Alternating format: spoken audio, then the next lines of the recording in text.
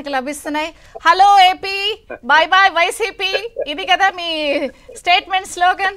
తొక్కుతా అధ పాతాళానికి అన్ని అన్ని అన్ని పూర్తయిపోయినాయి. సో ఏంటి మీ జనసేన వెబ్సైట్ కూడా నేను నిన్న ఓపెన్ చేశాను. నేను ఏముంటుంది అసలు వీళ్ళది మామూలుగా వెబ్సైట్ అని నేను చాలా పర్టికులర్గా చూస్తే నాతో రావడానికి సిద్ధమా అని మీరు పెట్టిన స్టేట్మెంట్ని సిద్ధమే అని ఎగబడిపోయారు. సో ఏంటి 100% స్ట్రైక్ రేట్. కంగ్రాచులేషన్స్. దేశంలో ఇలా మళ్ళీ ఉంటుందో ఉండదో కూడా సహనం అంటే ఎలా ఉండాలి అనే దాన్ని కూడా చూపించారు మీరు. చెప్పండి, ఏం చెప్తారు? Thank you.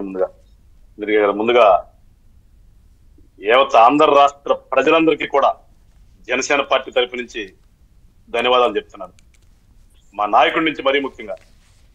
ఎందుకంటే ఒక వ్యక్తిని నమ్మి ఏదైతే ఒక నిర్ణయం తీసుకున్నాడో,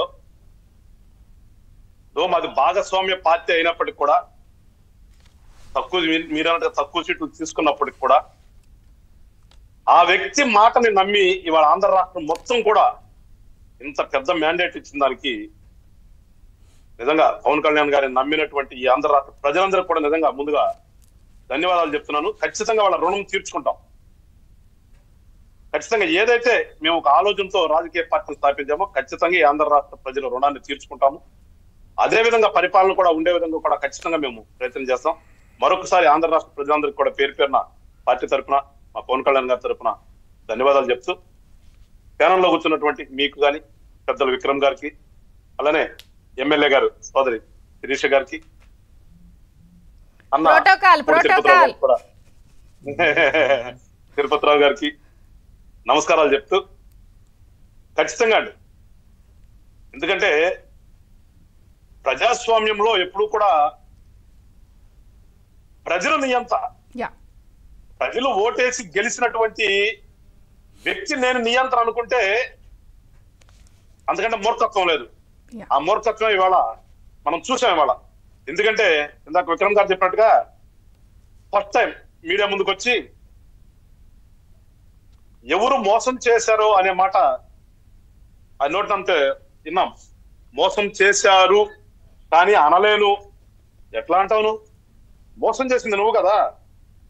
ఎవరు మోసం చేశారో, అన్యాయం చేశారో అనడానికి ఆధారాలు లేవు, అనలేను అన్నట్టుగా ఏదో మాట్లాడాడు పాపం.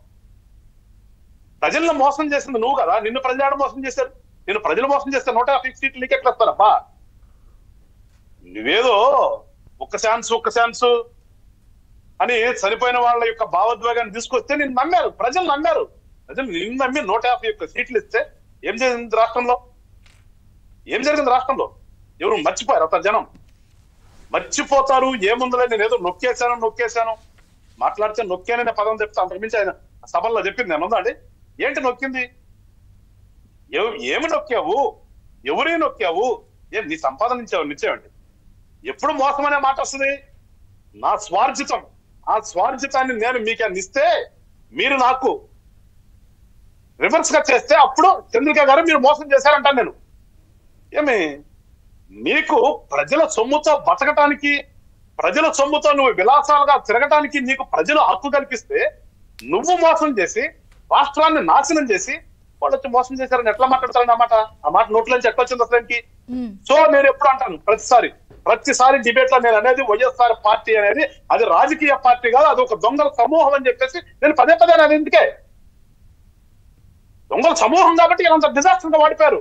అదే రాజకీయ నాయకులు 10 మంది ఉన్నా కానీ, అంటే ఇప్పుడు 10 మంది గెలిచారు కాబట్టి ఇవాళ అన్నాను నేను, ఒక 10 మంది అయినా సరే రాజకీయ నాయకులైనా వాళ్ళు ఉండుంటే ఇవాళ ఆ పార్టీ అంత నీచంగా వాడిపోయేది కదా. ఇవాళ దాంట్లో ఎవరు లేరు చెప్పుకోవడానికి. రాజకీయం తెలిసిన వాళ్ళు లేరు, రాజకీయం అంటే అర్థం తెలిసిన వాళ్ళు లేరు. అందుకని వాళ్ళ ఆడ పరిస్థితి అంత హీనంగా తయారైంది ఇవాళ. అంటే మనకు ప్రజలు ఒక హక్కు